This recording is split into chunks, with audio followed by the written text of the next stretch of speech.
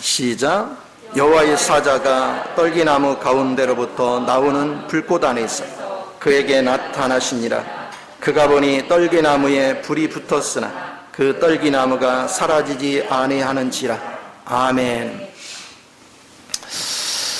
떨기나무에 불이 붙었는데 불이 타지를 않아. 그리고 그곳 속에서 하나님의 말씀이 들려. 오늘 모세를 통해서 하나님이 우리 가운데 어떻게 역사하시는가 하는 것들을 한번 생각해 보도록 하겠습니다.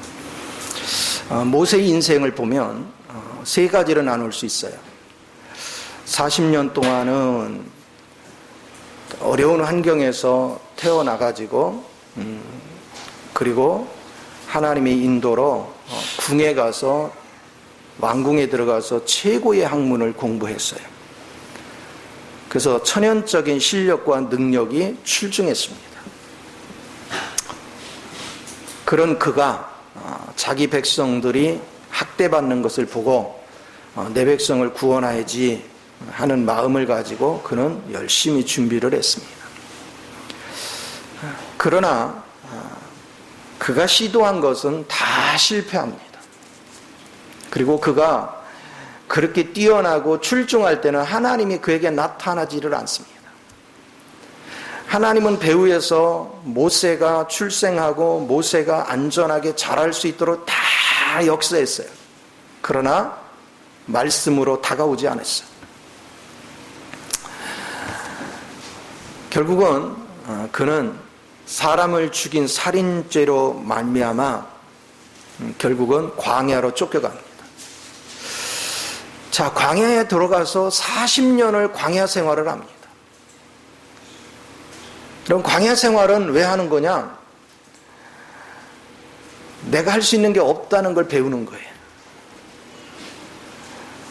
세상에서 천연적으로 공부하면 내가 할 수 있다라고 생각을 하는데 광야 생활을 하면 내가 할 수 있는 게 하나도 없구나. 그걸 배우는 거예요. 내가 할 수 있는 게 없구나. 그러니까 여러분들이 하나님의 때가 오려면 뭐를 배워야 돼? 내가 할 수 있는 게 없다는 걸 배워야 돼요. 이것이 엄청 중요한 거예요. 그래서 이 은혜 속에 여러분이 거하는 축복이 대단히 중요합니다. 그런데 모세가 시편 90편에 보면은 인생은 70년을 사는데 그 당시 강건하면 80을 산대요. 근데 자기가 하나님 앞에서 훈련이 받았을 때 80세가 됐어요. 이제 뭐만 기다릴까요? 죽을 날만 기다려요. 그런데 하나님이 가시떨기나무 가운데서 불을 지펴놓으니까 그 궁금해서 견딜 수가 있나? 그러니까 찾아가 봤어요. 그랬더니 그 불꽃 가운데서 하나님의 음성이 들려요. 모세야, 네가 서 있는 땅 거룩한 땅이니 네 발에서 신발을 벗어라. 그리고 사명을 줘요. 이제 죽을 날이 가까이 왔는데 이제 사명을 줘요. 여기서 우리는 한 가지 분명히 깨달을 게 있어요. 모세는 이때까지만 해도 광야에서 맹수에 쫓겨다니고 양떼를 지키고 그렇게 사는 모든 과정 속에 이제 이렇게 살다가 이제 인생 여정이 끝나는 것이다 하고 있었지, 자기가 하나님에 의해서 계획된 사람인지를 알았어요, 몰랐어요? 전혀 몰랐어요. 오늘 여러분도 마찬가지예요. 여러분이 광야 같은 인생길을 지금 지나고 있지만 하나님이 여러분을 언제 어떻게 사용할지 아무도 몰라요. 전혀 생각지 않을 때 생각지 않은 방법의 역사예요. 나로서는 할 수 없지만 주님이 하시면 안 되는 게 없어요.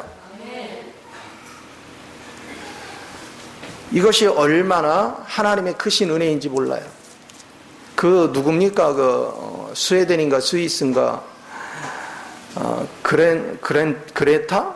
환경운동하는 학생이 있잖아요. 그레타 뭐라고 하던데 이름이 뭐죠? 얘가 중학교 1학년 때인가? 어느 날 환경이 파괴되는 걸 느껴요. 그래서 팻말 하나를 만들어 가지고 시청인지 어딘데 거기서 혼자 시위를 하는 거예요. 우리 세대를 위해서 좀 환경 좀 살려달라고. 그게 빌미가 돼서 지금 그게 전 세계 운동으로 바뀌었어요. 전 세계. 그래서 그는 지금도 전 세계에 불려다녀요. 이제 그렇게 시작하는데 아마 몇 년 지난 것 같은데, 마찬가지로 여러분이 하나님이 여러분에게 작업을 시작하면 우리 운명은 어떻게 바뀔지 몰라요. 순식간에 달라져요. 그런데 세상에서 성공이 아니라 주님 안에서 성공을 하는 거예요. 어떻게 하면 주님 안에서 성공을 할까? 이제 그것을 오늘 하나하나 이제 생각을 해보는 거예요. 자, 여러분 한번 생각해 보세요. 모세가 태어났을 때 그 당시는 요셉을 모르는 왕으로 인해서, 황제로 인해서 유대인의, 히브리인의 남자애들은 태어나면 무조건 뭐 하라겠어요? 죽여라. 그런 환경에서 그는 태어나요. 그러니까 엄마 요게벳의 믿음으로 3개월 동안을 버텼어요. 근데 애 울음소리가 점점 커지니까 이제 답이 안 나오는 거예요. 그래서 하나님이 그에게 지혜를 줬어요. 바로의 공주가 목욕을 하러 올 때가 있는데, 그때 바구니에 담아서 띄워놓으면 하나님이 역사를 하신다면 그 공주가 얘를 불쌍히 여겨서 데려다 기를 수 있겠다. 아마 그 마음을 가지고 하죠. 그리고는 그 누나 미리암을 통해서 그걸 지켜보게 합니다. 그리고 공주가 그걸 발견하고 보고는 자기가 자식이 없는 걸로 인해서 너무 애가 애틋해요. 그래서 자기가 기를 생각을 하는데 미리암이 따라라 달려갑니다. 혹시 이 애 기르려면 유모가 필요하면 얘기하세요. 그래서 그 공주가 모세를 유모한테 정식으로 돈을 얼마 줬는지 모르지만 내 자식한테 젖을 먹이면서 부양위를 받아가면서 젖을 먹인 게 요게벳이 아닐까, 역사적으로. 공주의 보살핌 속에서 자식을 아마 4살이나 5살까지 양육을 했겠죠. 그리고 들어가서 궁에 가서 그는 공부를 합니다. 근데 그러는 와중에 커가면서 자기는 자기 백성들이 얼마나 핍박을 받고 얼마나 고통을 받는지를 느껴요. 그래서 그는 내 백성을 구원해야 되겠다는 마음이 막 불이 탑니다. 이제 40이 돼가지고 광야에 나갔는데 아마 무슨 노역을 시키고 뭐 하는 현장이었던 것 같아요. 그런데 애굽 사람이 자기 백성인 히브리인을 싸우는 것을 보니까 분개가 일어났어요. 최후 내 백성 구원한다는 게 한 사람 죽이는 일밖에 못했어. 그래서 애굽 사람을 죽여서 묻었어요. 아무도 못 봤을 거라 생각해서. 근데 하나님이 일러 바쳤겠지. 누구한테, 그렇죠? 포기했겠죠. 그래서 들통이 납니다. 이번에는 히브리인끼리 싸우는 현장에서 말렸어요. 그랬더니 언제 네가 우리 법정 재판관이 됐니? 그러면서 막 따져요. 이제 이번에는 애굽 사람만 죽이는 게 아니라 우리도 죽이려고 막 따져요. 아이고야, 들통났구나. 제발이 절에서 도망갔죠. 생각을 해보세요. 그가 제발이 절에서 도망을 가서 광야에 갔는데 광야 아는 사람 있어요? 광야 생활을 해봤어요? 궁에서만 생활해본 사람은 광야 생활 그게 그렇게 적응하기가 쉽지 않은 거예요. 목에 타서 우물을 찾다 보니까 우물가가 있어. 그래서 우물가에 앉아서 철양맞게 앉아 있는 거예요. 아마 깊은 생각을 했겠죠. 많은 것들을. 앞으로 어떻게 살지? 이것은 뭘 얘기해요? 우리 하나님의 입장에서 보면 우리의 지혜나 우리의 능력이나 우리의 방식으로 우리가 뭔가를 하는 것은 다 실패한다는 거예요. 우리 방식으로. 저도 목회를 해오면서 많은 실패를 거듭한 것이 뭐냐면 내 열정이 불타서 그래요. 선한 마음으로 정말 영혼들을 위하려고 막 최선을 다했어요. 영적인 것만이 아니라 여러분 생활면도 도와주려고 하고 뭐를 하고 최선을 다했어요. 어떻게 하면 여러분을 좀 더 멋지게 살게 할까? 근데 그것마다 다 박살이 났어. 내 순수한 마음으로 했지만 그 순수한 마음으로 알아주는 사람은 아무도 없어요. 박살 난 것만 주목하지. 박살 난 것만 주목해요. 고통이죠. 그런 과정들을 반복하면서 이제 내게 심한 광야를 경험하기 시작해요. 고통의 광야를 경험하기 시작해요. 여러분 그때 광야를 지날 때 얼마나 엄청난 맹수들이 있는지 여러분은 겪어보지 않으면 몰라. 광야를 지날 때의 맹수들이 엄청나게 많습니다. 신명기 32장 10절에 보면은 거기에는 갖가지 위험한 것과 짐승들과 이런 것들이 있는데 하나님이 그들을 보호하셨대. 하나님이 그들을 지켜줬대. 저도 그런 과정을 많이 겪었어요. 사람들은 받을 때는 감사를 잘 못 느껴. 근데 나로 인해서 뭔가 손해가 왔다면 막 이거는 완전히 맹수로 다 바뀌어. 이런 경험들을 수없이 겪는 거예요. 근데 지나고 나서 보니까 그게 우연이 아니라 하나님의 안배였다는 걸 보기 시작한 거예요. 네 힘으로는 안 된다는 걸 배우게 하는 거예요. 너는 안 돼. 네가 할 수 있는 게 없어. 바로는 모세는 왕궁에서요 많은 걸 배웠는데 광야에 나오니까 애굽에서 배운 걸 하나도 써먹을 데가 없어. 무슨 뭐 수학을 써먹나 물리학을 써먹나 뭐 영어를 써먹나 뭐 아무것도 써먹을 수 있는 게 없어. 광야에 나와서는 이 변화무쌍한 환경에 어떻게 적응해야 되는가?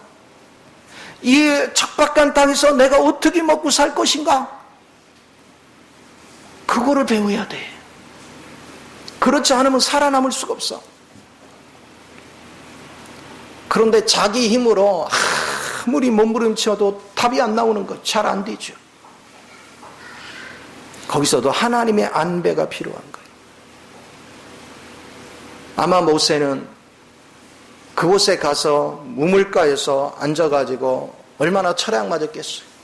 한편에서는 두렵고 한편에서 여기서는 내가 할 수 있는 게 아무것도 없고. 그런데 그때 이제 목동들이 양떼들을 몰고 물을 먹이러 옵니다.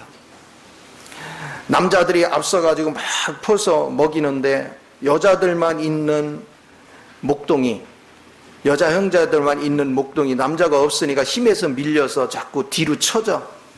그걸 가만히 있다가 다가가서 그를 도와줍니다. 애굽에서는 군림하던 그가 여기서는 섬기는 자로 바뀝니다. 애굽에서는 그가 유명한 자였지만 여기서는 무명한 자입니다. 아무도 알아주지 않습니다. 그는 소리 없이 섬깁니다. 그리고 하나님을 위하여 기도해. 그 도와주었더니 고맙다고 하고는 갔겠죠. 그냥 갔어요. 여기서 하나님의 은혜가 오는 거예요. 그 여자들을 이끌어 오신 분도 하나님이시고, 갔더니 그 아버지 이드로가 뭐라고 해요?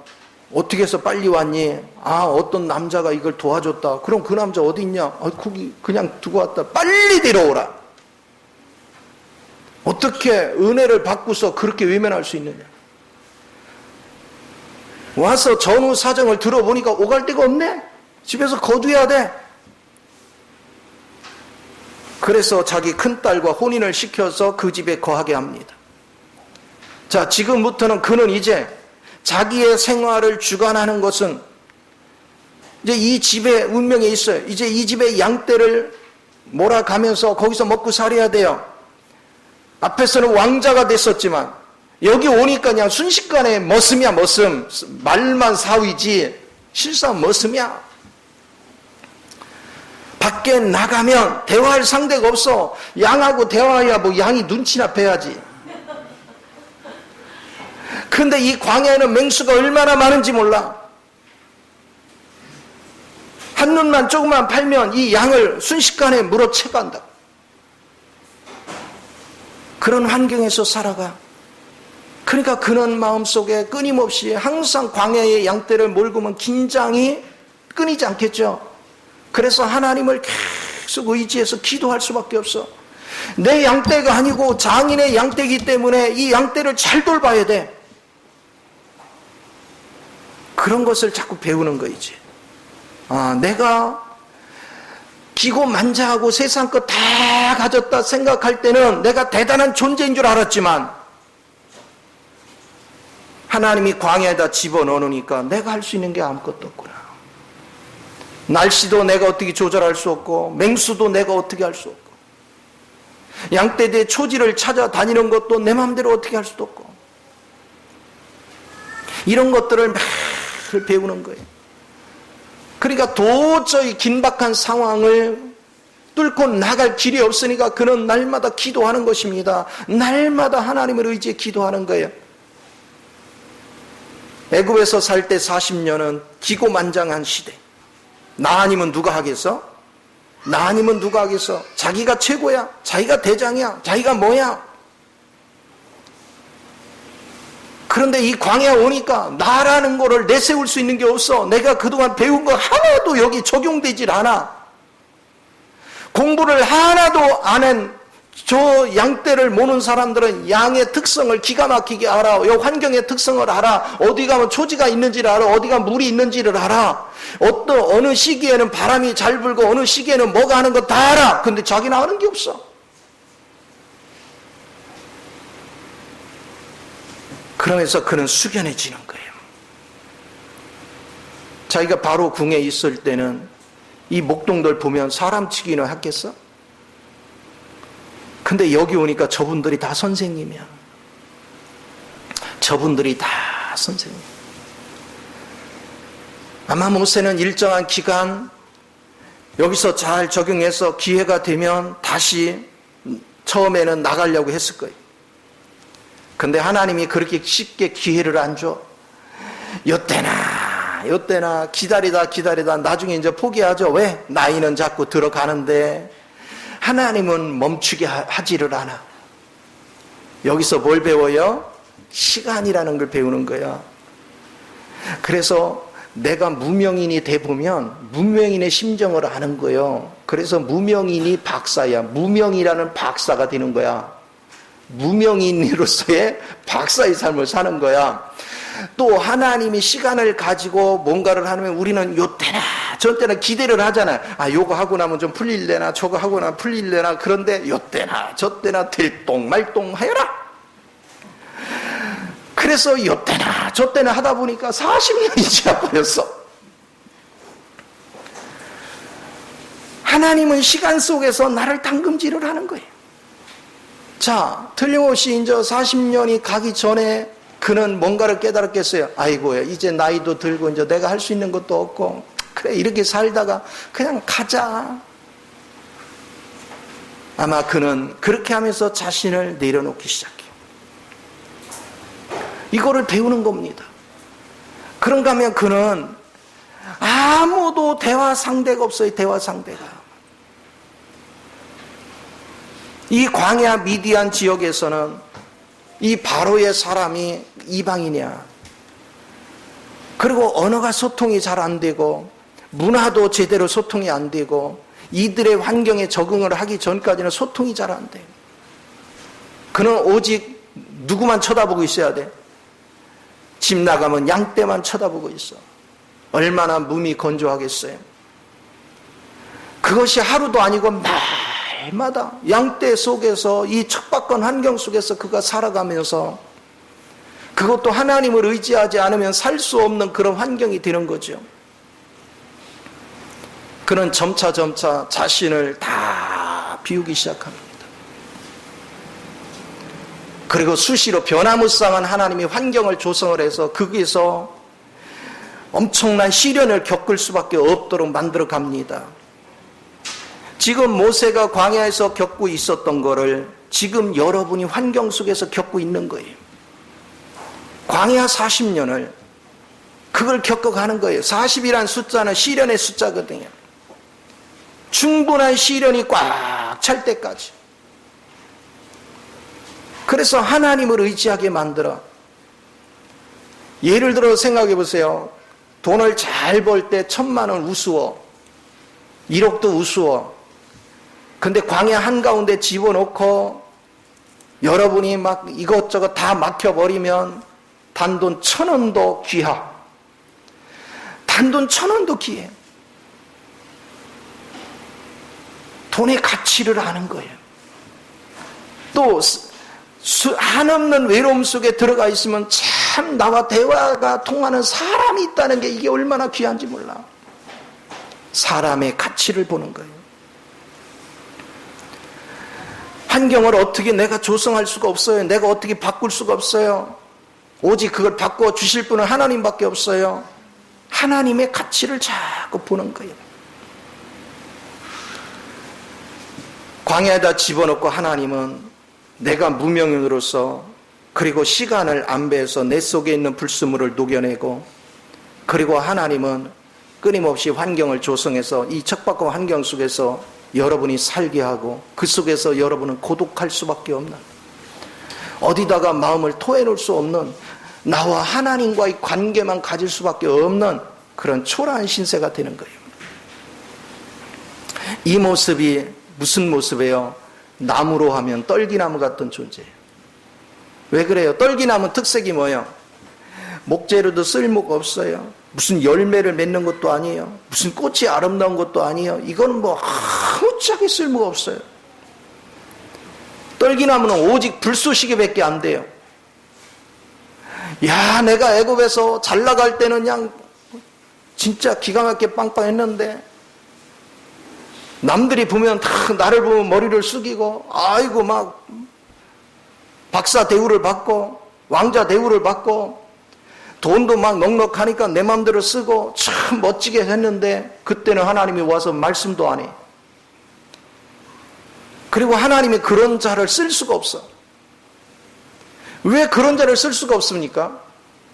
하나님이 한마디 하면 10마디 20마디에 이런 사람은 왜 그럴까요? 하나님이 자 내가 이렇게 하려고 한다 그러면 자기 논리를 피는 거야. 하나님 잘못하시네. 그럼 막 얘기해. 하나님이 야 서쪽으로 가야 된다 그러면 아니요 무슨 얘기야 동쪽으로 가야지. 자기 의가 강한 사람은 자기 주장을 내세우기가 바빠요.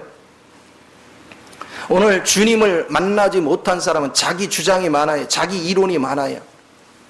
그래서 자기 이론, 자기 주장, 자기 능력을 가지고 지금까지 살았는데 과연 그 사람의 마음은 천국이냐? 그 사람이 일군 가정은 천국이냐?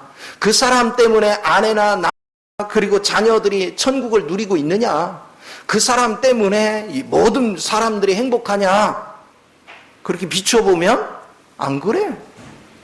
나 때문에 아내가 남편이 괴롭고 나 때문에 자식이 괴롭고 나 때문에 주변 사람이 괴롭고 나 때문에 근데 그걸 몰라요. 왜? 소경이라서 자신이 형편없음을 몰라요. 세상은 돈으로 사는 게 아니에요. 구원이라는 게 뭡니까? 예수 그리스도의 생명을 불어넣어서 우리로 하여금 이런 세상에 있는 것들에 취해서 앞뒤 분별도 못하고 뭐가 귀한지도 가치도 몰라보고 그렇게 살아가는 환경에서 여러분을 건져내는 거예요. 여러분이 하나님의 생명 안으로 건진바 되면 우리는요 소중한 게 뭔지를 보기 시작해요. 돈보다 더 소중한 건 사람의 생명이에요. 여러분 생각해 보세요. 개 생명이 귀해요? 사람 생명이 귀해요? 야, 그런데 요즘은요 집에다 개 기르고 개한테 대접하는 거 보면 아이고 상상을 초월해. 길거리에 먹을 게 없어서 그냥 뭐 자판 하나 놓고 뭐 이렇게 하는 사람들, 그런 사람은 눈에 안 들어와. 우리 집 개한테 투자한 데는 눈이 들어가고. 자신이 얼마나 소경인지를 보지 못해. 사람은 사람을 더 사랑해야 돼. 짐승은 짐승으로서 사랑해야지. 짐승이 어떻게 지 아버지가 되고 아들이 되고 그래. 아이고 자기가 아버지랴. 나 잘 살겠어. 자기가 엄마랴. 운동하느냐고 아빠들을 돌다 보면은 개를 이렇게 하면서 뽀뽀를 하면서 엄마한테 뽀뽀해. 아빠. 아니 왜 하필 자식을 낳는데 개를 낳냐고. 사람을 사랑하죠. 사람은 사람을 사랑하지. 무엇이 인생인지를 보지 못합니다. 하나님의 시각 안에서 보는 눈이 열려야 돼.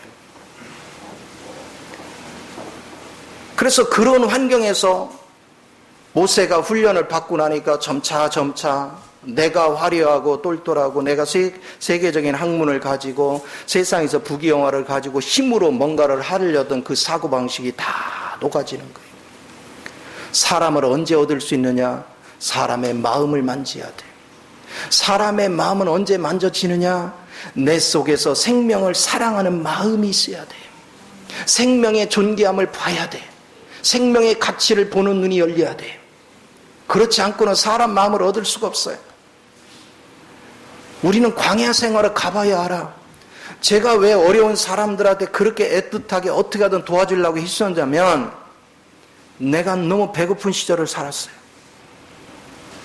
너무 힘들게 살았어요. 어려서 자랄 때 밥도 제대로 못 먹고 학교도 알바를 해서 얼마씩 벌어야 살아가고 너무 힘든 세상을 지냈어. 근데 그 힘든 세상을 지나갈 때마다 나를 돕는 사람들이 있었어요.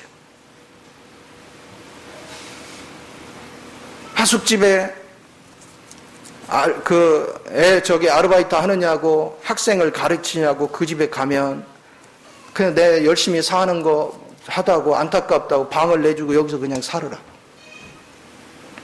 그런 사람들 그냥 신문팔이 하느냐고 겨울에 시궁창에 빠지면 나를 불러다가 그냥 집에서 옷 갈아입히고 다 닦이고 그리고 나서는 자주 왔다 갔다 하라고. 그러면서 자꾸 친부모같이 돌본 사람도 있고 살아오는 과정에 내게 도움을 줬던 사람은 가만히 생각해보면 그들은 아무 조건 없어요. 정말 그냥 생명 자체를 귀하게 여겼던 거예요. 한 번은 또 주간지를 판매하러 다방으로 갔는데 한 번은요 그 다방 마담이 나를 붙잡아요. 그래서 왜 그러냐고 그랬더니 너 여기 지금 몇 번째 들어온지 아느니? 왜냐하면 처음에 장사를 하니까 이게 내가 지금 어디를 다니는지도 모르는 거야. 여기 돌고 돌아서 또 들어가는데 이 집이 있든지 모르는 거야. 3번인가 4번째를 들어간 거예요. 그러니까 마담이 부른 너 오늘 처음이냐? 그래. 그러더니 여기 앉아 있어. 그리고 차를 갖다 줘요. 그리고 손님들한테 여기 학생이 이렇게 하는데 좀 팔아줘요. 그래 하나씩 자기가 쫙 팔아줘. 참 많은 사람을 겪었어요. 내가 고난을 받을 때 고난 자체로 끝나는 게 아니라 그 과정을 통해서 참 사랑이 뭔지, 내가 가장 배고플 때, 내가 가장 외로울 때, 내가 가장 고통스러울 때 거기에 마음 하나 써주는 사람이 얼마나 고마운지. 그 사람이 그 당신은 하나님이야 내게. 지나고 나서 보니까 그렇게 하도록 역사하신 분도 배후에서 하나님이 하시는 거예요. 하나님을 어디서 만나는 가를 보기 시작한 거예요. 오늘 주님께서 떨기나무 가운데 불꽃 같이 임했어요. 떨기나무 가운데서 그분이 불꽃으로 임했어요. 그 얘기는 뭐냐? 떨기나무는 일반적인 생활을 얘기해요. 거창한 생활을 얘기하는 게 아닙니다.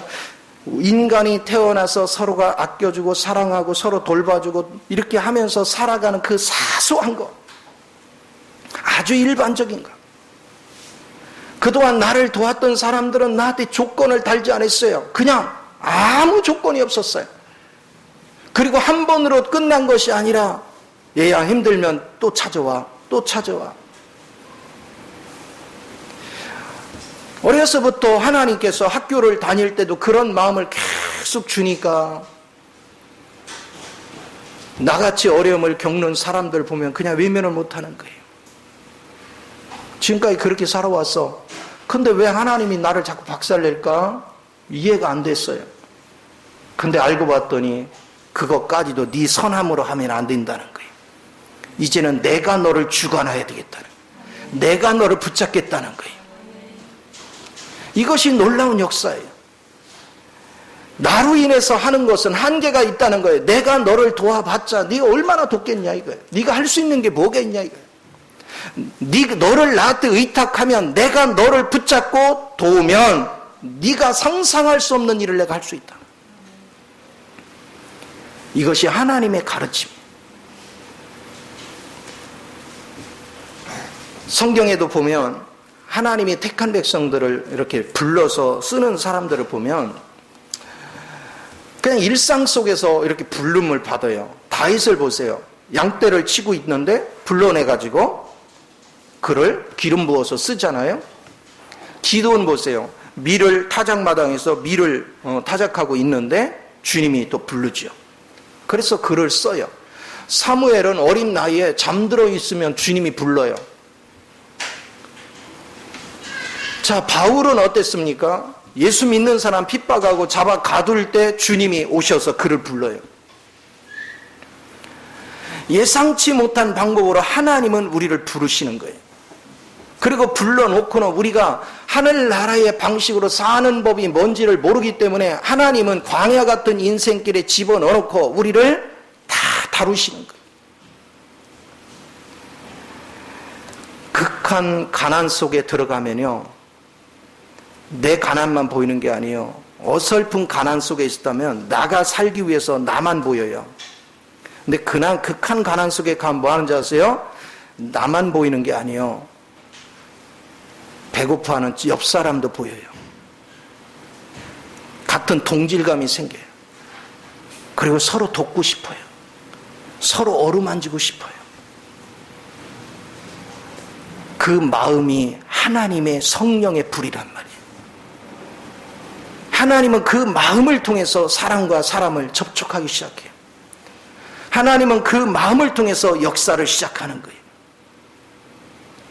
여러분이 그리스도 안에서 훈련받고 그리스도 안에서 여러분이 다름을 받으면 아, 내가 머리 돼가지고는 아무것도 안 되는구나.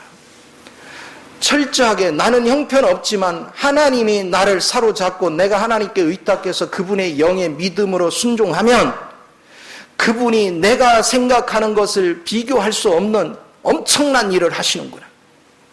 그걸 경험하기 시작해요. 모세는 광야에서 그 훈련을 받은 거예요.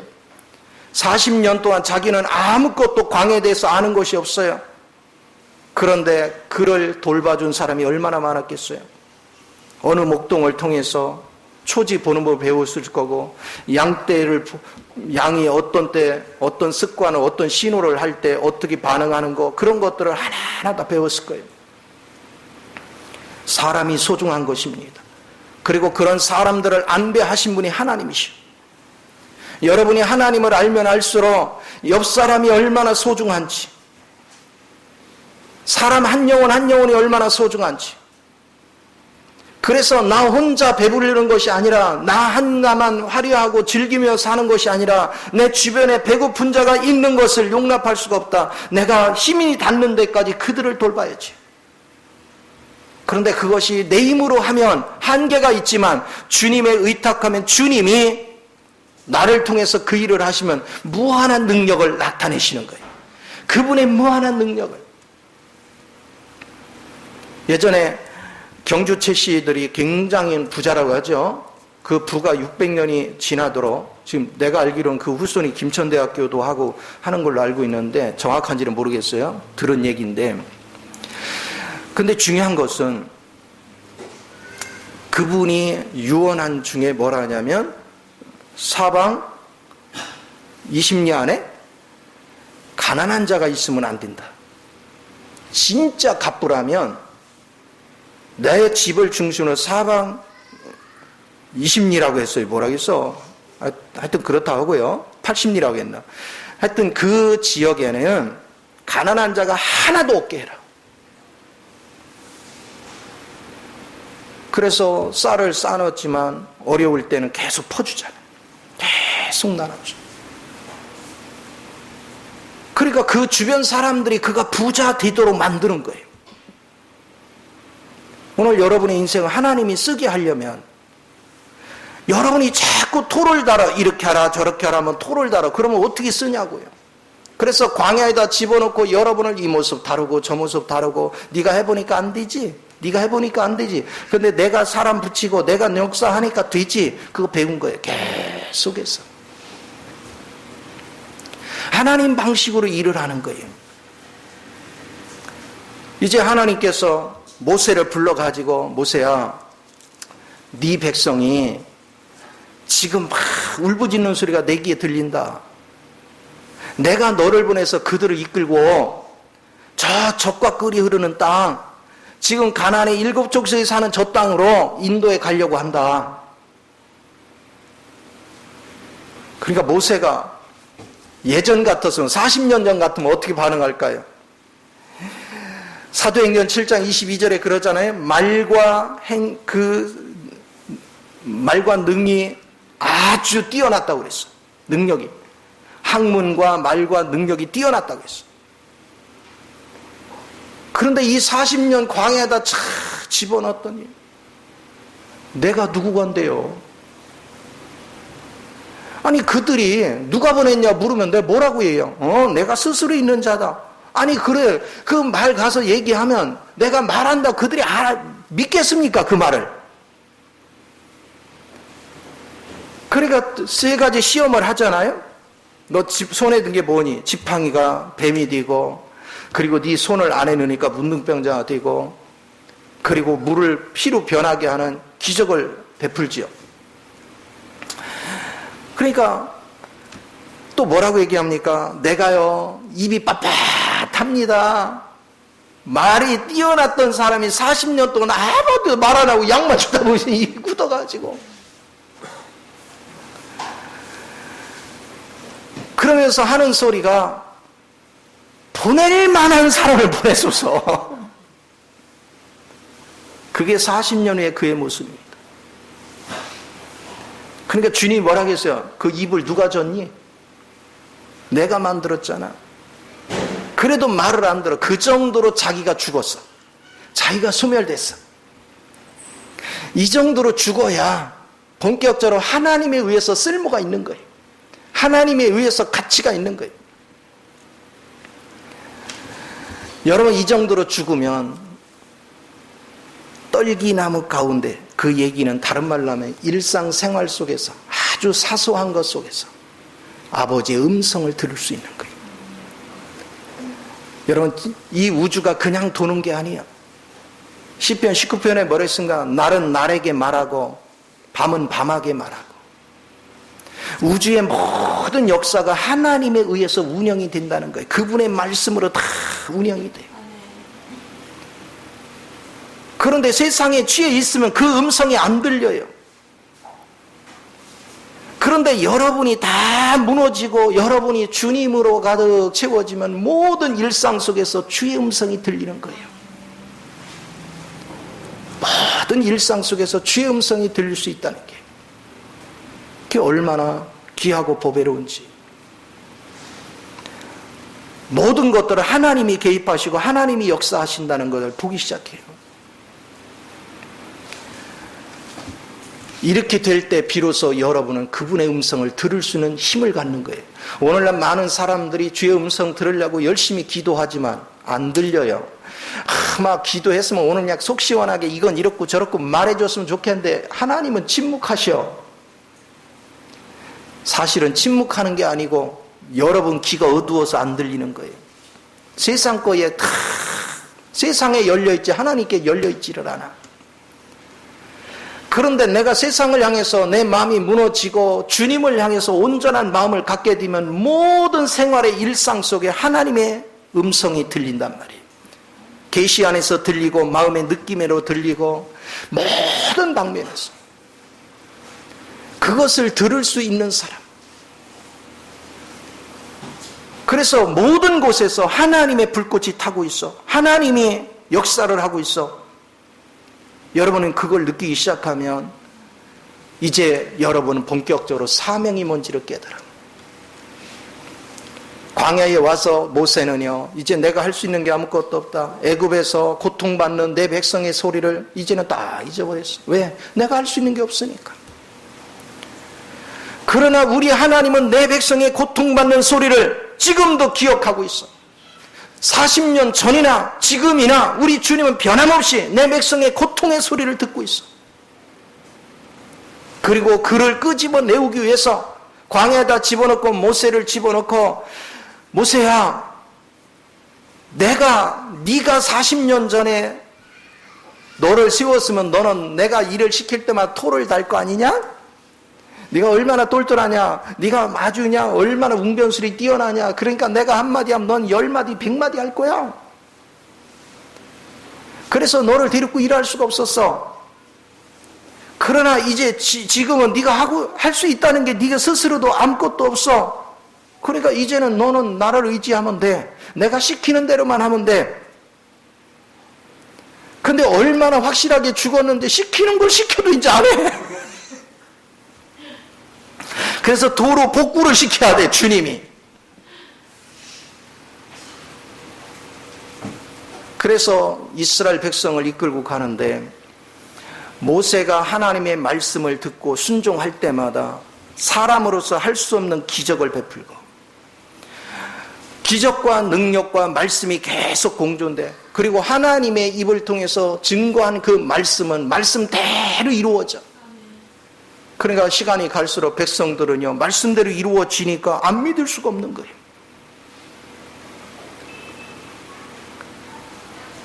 하나님의 그 능력 앞에 바로의 군대는 굴복하게 됩니다. 바로가 굴복을 하고 바로의 군대도 굴복하고 결국은 백성을 이끌고 나가서 하나님의 산, 신의 산에서 하나님을 섬기는 법을 공포할 수 있는 그런 은혜의 삶으로 바뀌는 걸 알 수 있어요. 모세는 그런 운명이 될지 꿈에도 생각지 못했어. 로마서 9장 16절에 이런 말을 합니다. 이렇게 되는 모든 것도 네가 원함으로 말미암아 이루어지는 것도 아니고 네가 다름질해서 말미암아 이루어지는 것도 아니고 오직 하나님의 긍휼하심이 너를 이렇게 되게 만든다. 원한다는 것은 네가 결심한다고 되는 것도 아니고 다름질을 한다는 것은 네가 열심히 행한다고 되는 것도 아니다. 오직 하나님의 긍휼이 임해야 된다. 하나님의 긍휼이 임하려면 내가 주님 외에는 아무것도 마음에 남지 않아야 돼요. 다른 거에 마음을 뺏기지 않아야 돼요. 하나님의 능력을 잊고 사는 사람, 그 사람이 얼마나 가치가 있는 사람인지, 얼마나 복된 사람인지. 저는 그 하나님을 날마다 누리고 즐기고 그 하나님을 생각해 보면 세상에 그 주님을 알고 그 주님을 의탁하고 그 주님 앞에 맡기니까 세상에 이렇게 평안할 수가 없어. 내 앞에는요 맨날 맹수가 있고요, 맨날 삭막해요. 간조한 땅, 건건한 땅, 도대체 어디로 가야 될지 모르겠고 먹을 것도 아무것도 없고요, 환경은 그냥 수시로 바뀌어요. 그런데 처음에는 이런 것이 올 때마다 긴장을 하고 막 머리를 써서 이걸 돌파하려고 했지만 그런다고 되는 것이 아니라 더 문제가 더 커져. 그러니까 이제 아예 내려놔버리고 주님만 그냥 의지하고 있으니까 아이고 하나님 하나님이 살리면 사는 거고 데려가면 가는 거고 할렐루야. 이렇게 돼버리니까 세상 편해요. 백신도 예약을 하기 전에 그냥 우리 나한테 맞지 말라고 뭐 부작용이 있는데 뭘 맞냐고. 아이고 어차피 죽으면 하나님이 때리면 데려갈 거고 더 쓸모 있으면 살릴 거고 어차피 운명은 하나님 손에 있는데, 그러니까 아무렇지도 않잖아. 편안하잖아. 여러분이 보실 때 제가 아직은 쓸모가 있을 것 같아요? 없을 것 같아요? 그러면 나 사고 안 나. 그렇죠? 이게 참 소중한 거야. 그러니까 이거를 자꾸 느끼는 거예요. 그래서 저는 단순하게 여러분한테 이론 주는 거 관심이 없어요. 여러분이 생명을 느끼기를 원하는 거예요. 하나님의 생명 안에 들어가야 교리가 뭔지를 아는 거지, 사람 머리로 교리 짜내봤자 그건 실제가 되질 않더라고. 근데 하나님의 마음을 느끼는 건 저절로 뭐가 오느냐면 긍휼한 마음이 와요. 사랑의 마음이 와요. 이 긍휼에만 주님이 우리를 긍휼히 여겼듯이 내게도 그 긍휼이 오니까 돕지 않을 수가 없어요. 근데 도우려고 하는데 내게는 아무것도 없어요. 그런데 하나님이 그 마음이 동일하면 하나님이 도울 수 있도록 역사를 해요. 하나님이 운행을 하셔요. 하나서 열까지 전부 다 하나님에 의해서 운행하시고 하나님이 역사를 하시니, 그러니까 참 자유해지죠. 내 앞에는 끊임없이 위기가 오는 것 같아요. 끊임없이 이제 그 다음 단계로 어떻게 견뎌낼까 할 정도로 막 압력이 가해지는 게 한두 가지가 아니에요. 근데 날마다 이제 스릴을 즐겨. 왜? 지금까지도 하나님 통받게 하신 하나님이 여기서 빠뜨려 죽일 것 같으면 여기까지 왜 끌고 왔겠어? 그쵸? 건너게 하시려고 데리고 온 거지. 그러니까 나는 그냥 믿거라 하고 있는 거예요. 내 환경을 쳐다보고 주변 사람이 보면 제정신이 아니라고 생각할지도 몰라. 그러나 주님 앞에서 오래도록 훈련을 받고 나니까 지금까지도 나를 지켜주신 그 하나님, 이것이 한 번 겪은 것이 아니라 지금 24년 동안 그러고 왔는데, 그런데도 여전히 살고 있거든요. 그런데도 여전히, 그렇다 해서 내가 뭐 막 째찌하고 막 찌질하고 막 얼굴에 가난기가 막 쩔어 있어요? 아무리 봐도, 내가 얼굴을 봐도 이렇게 멋있을 수가 없어.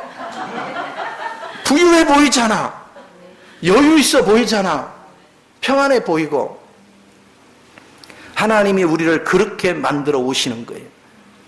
그래서 이것을 여러분이 깊이 인식을 해야 돼요. 이제 여러분은 여기서 두 가지 관점을 생각해야 돼요.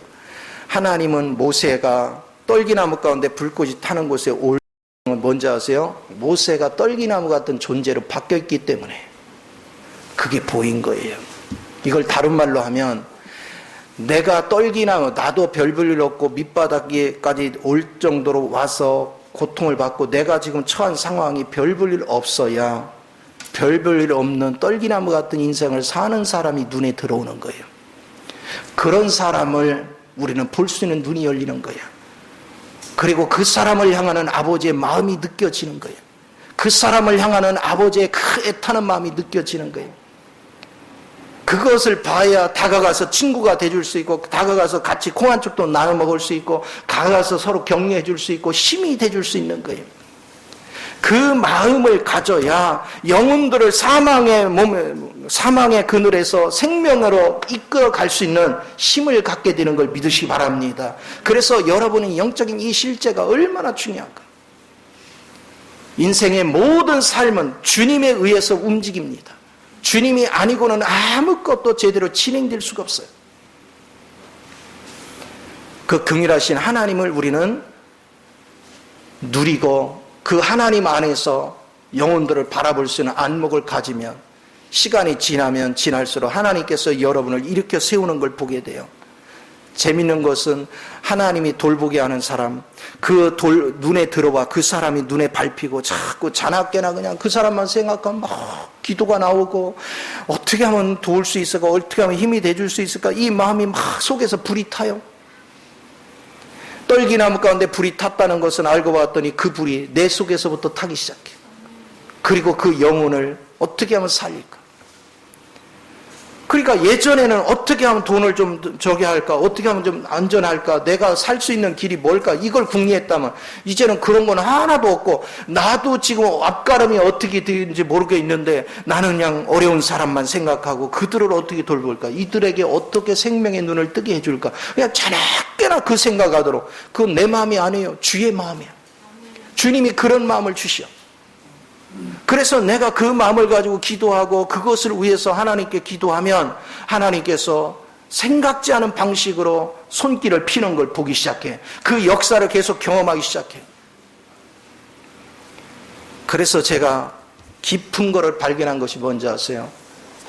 광야 생활은, 거기는 실패하는 장소가 아니에요. 거기는 여러분이 소경에서 영적인 눈을 뜨는 장소예요. 그곳은 여러분이 자기 욕심으로 쩔어 있던 사람들이 영혼을 보고 긍휼히 여길 줄 알고 참으로 생명을 아낄 줄 아는 사람이에요. 생각을 해보세요. 여러분 속에 사랑이 많고 긍휼이 많은 사람이 사람다워요. 욕심이 쩔어 있고 자기밖에 모르고 자기만 과시하려고 자기만 즐기려는 사람이 멋있어 보여요. 하나님을 알지 못하는 사람은 자기 과시하는 것을 자랑스럽게 여겨요.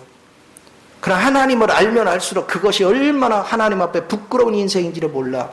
하나님이 내게 풍부를 주면 줄수록 우리는 배고픈 사람과 같이 나눌 줄 아는 그런 마음을 갖는 것이, 그것이 얼마나 보배로운지를 아는 거예요.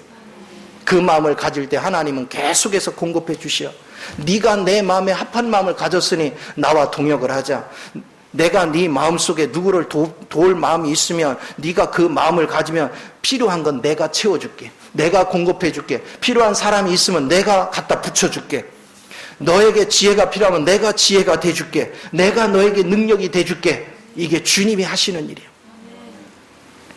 주님이 내게서 그 역사를 이루시면 내게는 없지만 주님에게 있는 모든 것들이 나를 통해서 표현되고 나를 통해서 흘러나가니 하늘의 뜻이 땅에 이루어져서 하늘의 평화가 땅에 이루어지고 하늘의 풍부가 땅에 풍부해지는 이 놀라운 역사를 나타내게 되는 줄 믿습니다. 그래서 일정 기간이 지나면 영육간에 모두가 부유해지는 거예요. 먼저는 영적으로 부유해지고 이 영적인 부유가 세상을 다스리고 통치하는 능력을 가져서 여러분은 물질로도 풍족해지는 은혜를 누리게 될 줄 믿습니다. 이 복을 다 누리시기를 예수 이름으로 축원을 드립니다. 기도하겠습니다.